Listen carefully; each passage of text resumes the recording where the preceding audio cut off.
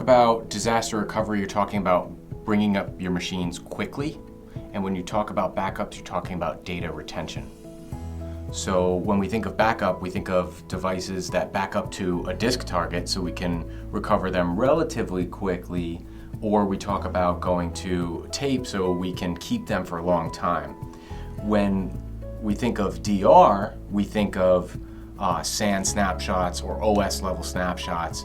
Those can keep our recoveries quick, but are only meant for short-term retention, such as maximum 1 month, where when we back up to a disk target or tape library, we can back up, keep a year, 2 years, many months, that kind of data. A serious mistake might be backing up to tape in order to do your recoveries from tape. You're going to bring your systems up in 24 to 48 to 72 hours, where you could have them up in minutes if you're backing up to disk or using SAN level snapshots for your disaster recovery. When we think of snapshots versus backups, it's helpful to think of the short-term versus long-term uses of each technology. So at the shortest term, we should be using VMware level or Hyper-V level or operating system level Windows VSS snapshots. Those should be kept for 24 to 48 hours. They are for mitigating risk in a change control or something of that type.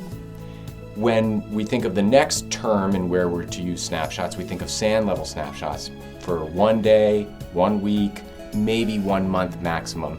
This provides us quick recovery, but isn't meant for long-term retention.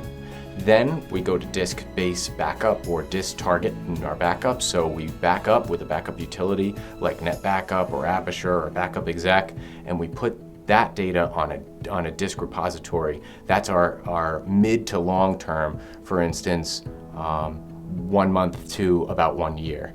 And then when we go to tape backups, those are super long term. Those go from 6 months to a year to 2 to 5 to 7 years. That's sort of the spread as to which we handle our backups and snapshot technologies.